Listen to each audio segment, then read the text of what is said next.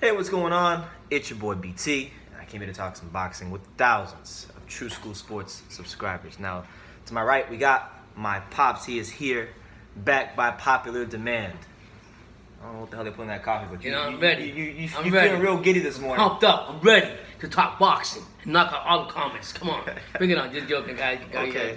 So me and my dad, we were sitting around the other day and we were watching some old fights. And one fight that I wanted to show him. Well, he actually insisted on watching Romo Gonzalez. I didn't want to watch Romo Gonzalez that day, but he wanted to watch Romo Gonzalez.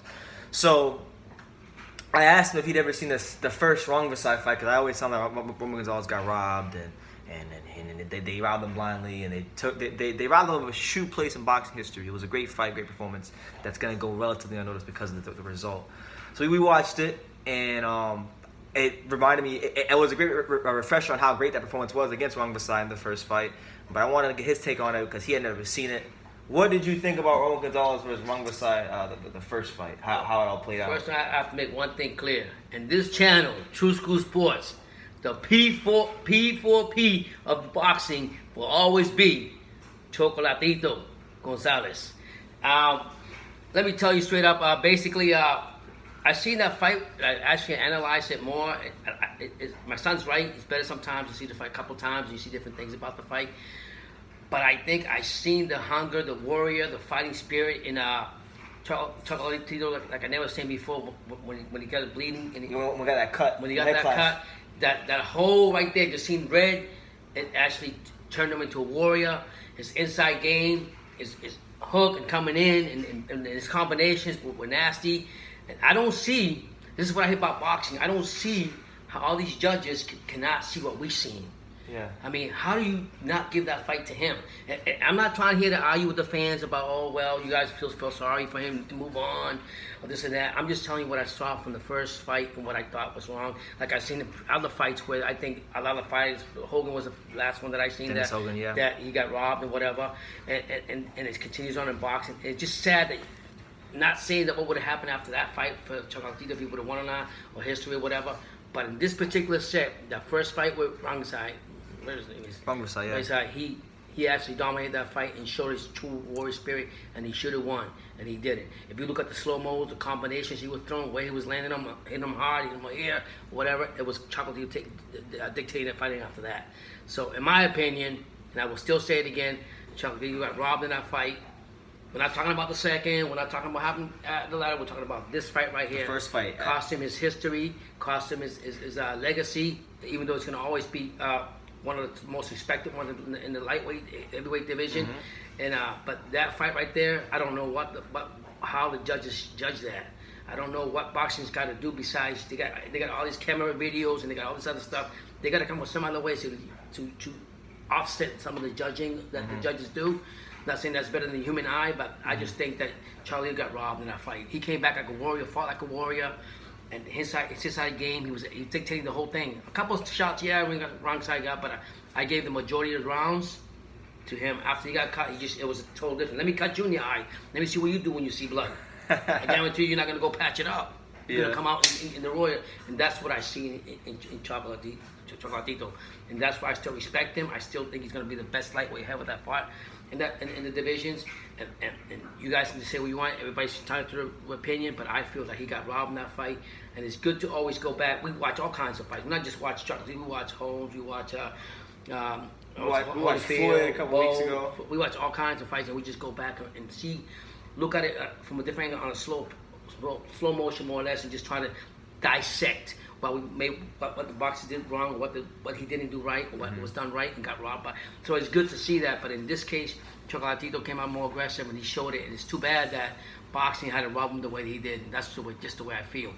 Absolutely. So the interesting things about this fight were. But I would like to see him. I would like him to go see him in the limelight with some type of belt, whichever that may be. He did was a Quadras got the belts now, right? Because he beat Rungviasi. Who was it just about Gallo? Who was it that just about big Rungviasi for the belts? Estrada. Okay, Estrada. Roman fought and beat already. Right. So I don't want to see that fight. So I mean, just to see some type of him going with whatever belt and just going as a champion is fine, but we got to give the respect to him. And all the other lightweights do that. I mean, lightweights. My son always told me the lightweights, the flyweights. People don't give enough credit to them, but they're some of the most exciting fights in boxing history alone. Always. Yeah, They always come with it. But I was trying to say, the interesting thing about this fight with Rungviasi was because in the first round he's got a flash knockdown, as we saw, and it was the first time Roman Gonzalez had been knocked down in 10 years. Wow. But the underrated part of this fight, and I think this gets glossed over because people just say, oh, he lost, but it makes the robbery that much worse. So he gets the knockdown in the first round. It becomes a 10-8 round there, right? Then I'm gonna say it was the 5th or 6th round. There was the clash ahead, and the referee took a point away from Rungviasi. Yeah. So that would automatically cancel out the 10-8 round that Rungviasi had, and it makes the whole fight just about who won more rounds. And you cannot tell me or him because we got 8 eyes. We don't got 4. Yeah. We got freaking 8 eyes. Yeah. What more can you say? You can't tell me that Rungviasi won more rounds than Roman Gonzalez. No, you're so right about that. I remember when we were watching the fight, we did brought out, we say that at one point actually took away from everything that happened and evened up the fight. And from then on, from that point on, you would see for yourself with your own eyes who actually dominated the fight and who took control of the fight. And if you told me that Rungviasi won that, it's BS. There's no way. I want. If you think Rungviasi won that fight, I want what you smoking. Straight up. Yeah. I want what you smoking. Okay, the second fight they had, okay, definitely Rungviasi dominated, but we're talking about the first fight that cost a lot of history, and you guys can say that, you know. Suffered his first loss in boxing. We're crying. Well, we're still crying. We're not crying over spilled milk. We're just trying to. We went through slow mo and watched analyze the fight again, and between both of us, and 2 heads is better than 1, and this is what we saw. So no, it's not here to disrespect any other fighters that are champions now, and in those divisions. We just want to point out things what the do is do, or we'll call it like it is. That's all we're trying to say.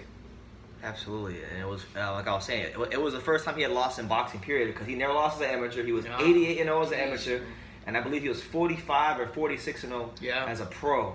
So I mean, this is a guy that doesn't lose, and he lost that fight.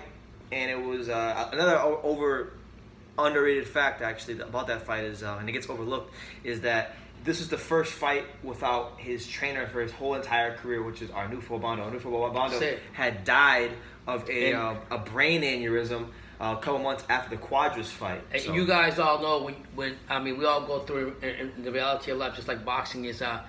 When you lose a close member of your family or you've been around you for most of your life, I don't care how you say you're going with your life, you never get over that. Whether you walk in the house, whether you go outside, whether you're driving your car, there's always some type of constant reminder of that person, that special person that's played an important role in your life. Yes. And I think Chocolatito's mindset was not completely there as it should have been, but you could understand why. I mean, he lost one of his best trainers, has been there for the corner, just like his dad or best friend. Second to Alexis Aguero in his boxing life. Right, so, I mean, just think about you starting your life with a loved one that you lost in your life.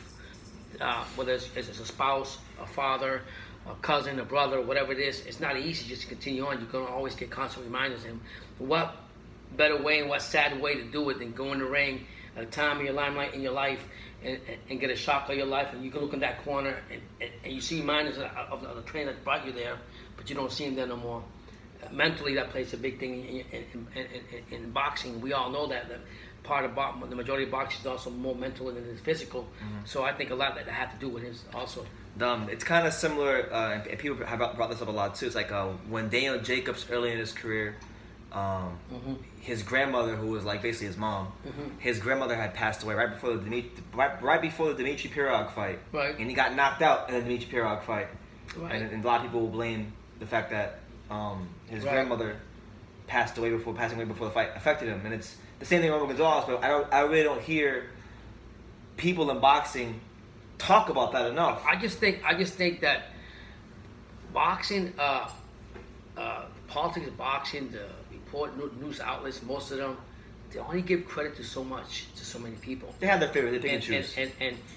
And we're talking about the proof is in the pudding. It's like going to a restaurant, looking at the menu. You know what you're going to order. You know the ingredients in the menu.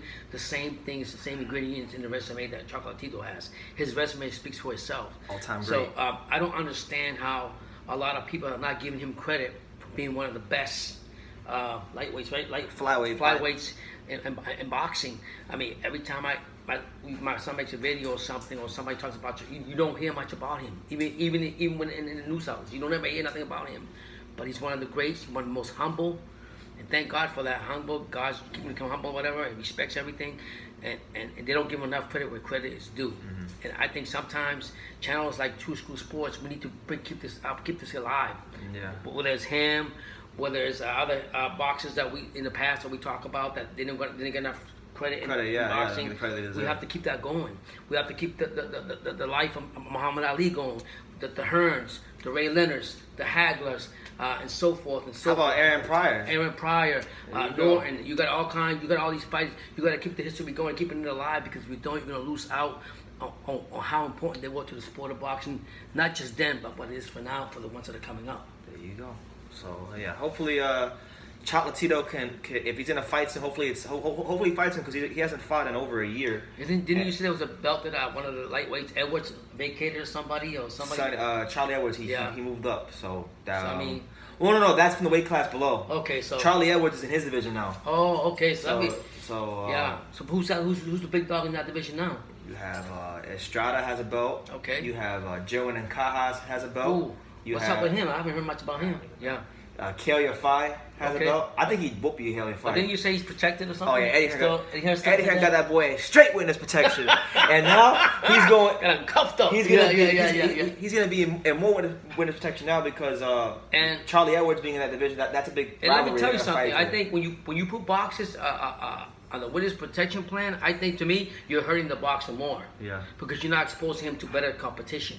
Yeah. And that's not good for the boxer. You want him to fight the best competition. And if a boxer really wants to be a champion, his mentality should be, hey, Eddie Hearns or whatever promoter it is, hey, listen, I want to fight the best. Don't keep me here holding me back with all these blowing me up. I was a champion. I have a belt. Let me go fight the competition. And so be it if I get my butt whipped. Look at just recently, Josh Warrington came out and said he was willing to fight. Yeah, and he came out and said Stevenson and whoever else he called out. He called out another guy the other day on Instagram. So he's coming out and saying, I'm willing to fight Stevenson. I'm willing to fight whoever comes out. I've done what I have to do, and he's willing to do it. So a lot of times the promoters, I think, are hurting the fighters more than they're actually helping them. Because when the time comes, what's his name? What his name is? When he fights any of these big dogs, he won't know what to do, because he's fighting is string beans from the leftover from the farm. Honestly, there's a fight, and last year when I did my end of the year awards, there was a fight he had towards the latter parts of last year, where I thought he got a massive gift. He got his ass whooped from pillar to post and got a gift. He fought a contender named Israel Gonzalez. Okay. Israel Gonzalez, I think he fought don't quote me on this. I think he fought Carl Frampton and lost. Okay. But that's what he was known for, if I'm not mistaken. I could be wrong though, but he fought Yafai in Monaco, whooped him. Wow. And got robbed. It was. I'm saying right now, I gotta show you that fight. Yeah. If you think some of these fights are robberies, you gotta see that one. That one was a straight robbery. I mean, that's what I'm saying. All these winning protection plans, I really don't like that. It's like my son telling me, don't always go by. Because he always tells me, you're getting hyped up by the record, but you don't know who they fought. They could have fought those dummies that are hanging up stuff like hay or something, and they just punch. It's like that guy. It's like that guy from Ghana who just fought Dubois. Yeah. The guy got knocked out like the first round. Right. What was he? He was undefeated. He was 19-0. So you can't keep him fighting like that, because you're actually hurting the fighter. But yes. I also blame the fighter, because the fighter's not speaking up for himself. Correct. And he doesn't realize he's hurting himself, because when he actually gets into competition with somebody big, it's going to be good night Irene for whoever fights him. We're getting off topic. We just want to get our thoughts out there on the Rungviasi fight, because I was watching it with him, and I forgot how good of a performance it was. It was truly a great performance, and I wish they would have gave it to him, because it would have made it that much more special. But we hope to see Romero Gonzalez back in action soon. I haven't been hearing much from Romero Gonzalez, but he's still my favorite fighter ever. And I want to see him get back in the ring and hopefully just win one more belt and then right off into the sunset. That's it. I mean, he's got a great career. Give credit where credit's due, and channels like True School Sports and other channels that speak real boxing are going to keep him alive. Are going to keep Ali alive. Are going to keep all these other boxers alive, because that's what you need to do. There you go. So there you have it. But let me know what you guys think in the comments down below. How did you score the fight, and who did you think won that fight when it happened? The first fight. The first fight. Romero Gonzalez versus Sister Kit Rungviasi at the Garden. That was on the Golovkin Jacobs undercard. Let me know in the comments down below. Leave your comments down below about anything, any other fights you think me and my dad should go watch, because we're probably gonna go watch some more fights at some point. let us know, and we'll do videos just like this. And like I say in every single video, you can love me or you can hate me, but I'm just a kid from Daniel. So until next time, take care, guys.